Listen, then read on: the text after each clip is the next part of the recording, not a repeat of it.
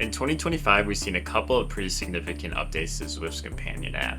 Most recently in July, we saw fitness trends being released.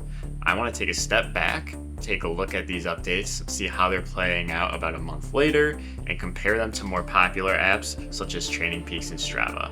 Let's take a look. Fitness Trends is Zwift's new way to visualize your progress week to week and month to month. It tracks your outdoor and indoor rides, along with giving you long-term graphs of your goals, training score, and your training status, all from one spot in the companion app. While you can always access this screen during your ride, it won't be updated with your latest ride until you've actually stopped and saved the activity. So make sure to circle back after your activity or before your next one. One of the more useful metrics is the training score. It's Zwift's version of a rolling 42-day fitness load. One number, updated daily, that reflects your ride volume and intensity. Just to put things in perspective here, if you manage a score of 100, that means you're averaging 1 hour at FTP every day for 6 weeks straight. Pretty crazy stuff. Zwift also lets you set weekly goals using distance, calories, kilojoules, stress points, or time. If you hit your target, you'll see a nice little green check mark, but if you miss it, you'll still see your progress broken down by power zone. While setting goals directly on Zwift isn't exactly the newest release ever, it is nice to be able to see it on screen and be able to track your progress throughout the week and have that extra little bit of motivation. Another feature that stands out in the Fitness Trends tab is your Zwift ride streak. It shows how many consecutive weeks you've done at least one 2-kilometer ride on Zwift or a synced outdoor ride. If you've ever struggled with your training plan, you'll know just how motivating a streak can be.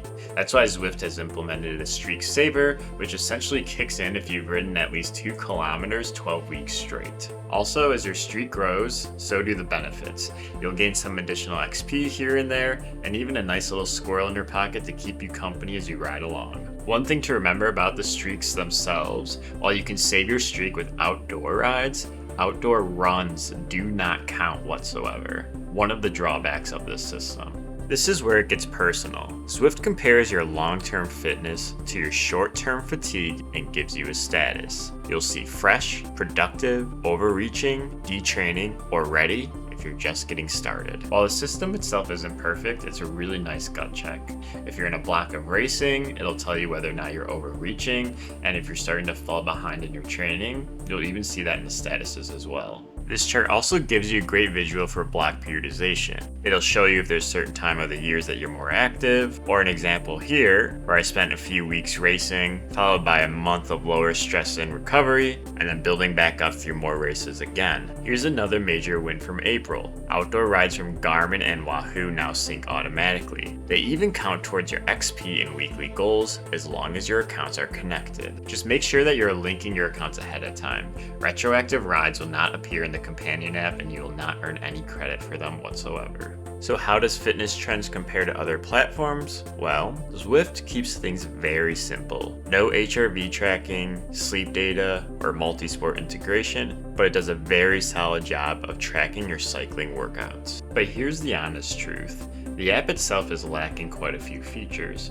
For example, if you're riding on Zwift only and with a power meter outside, it'll meet just about your needs.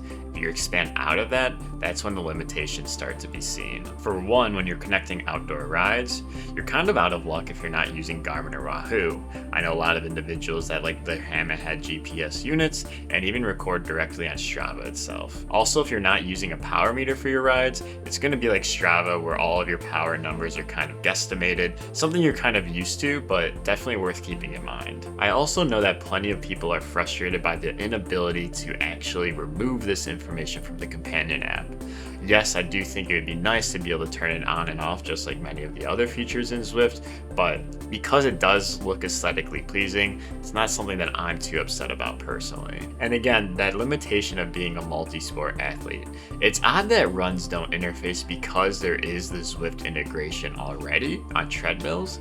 I can understand the swimming and other activities such as rock climbing, but to lose a streak even if you are running, it's a little frustrating. And the fact that none of your heart rate data flows from any of those activities, so you never actually know how fresh you are using the Zwift information, it's a bit tricky, and really you do need to have 2 apps if that's something that you care about. If you're not sure how to link your Garmin or Wahoo account, here's how to do it. Go to Zwift.com, log in, head to your connections page, and from there, just authorize access and you're good to go. So is fitness trends worth exploring?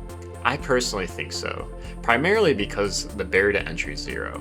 It's free to use and it will get new people into tracking their fitness on another level. Anybody that's a serious athlete and partaking in activities outside of Zwift is likely already considering everything together and using a separate fitness tracker to make sure that they're not overreaching within their fitness plans. Most importantly, however, I love to see that Zwift is pushing into new areas and investing into us as athletes. Stagnation is the worst thing that we could see on Zwift, and even if we aren't happy with the product with where it is now, and we know that there's areas for improvement, it still shows that they care, and I expect that further enhancements will be released, and even some separate partner integrations to make all of this even more effective. All in all, I hope you enjoy. If you do like this sort of thing, please consider liking the video and subscribing, and I'll see you in the next one. Cheers.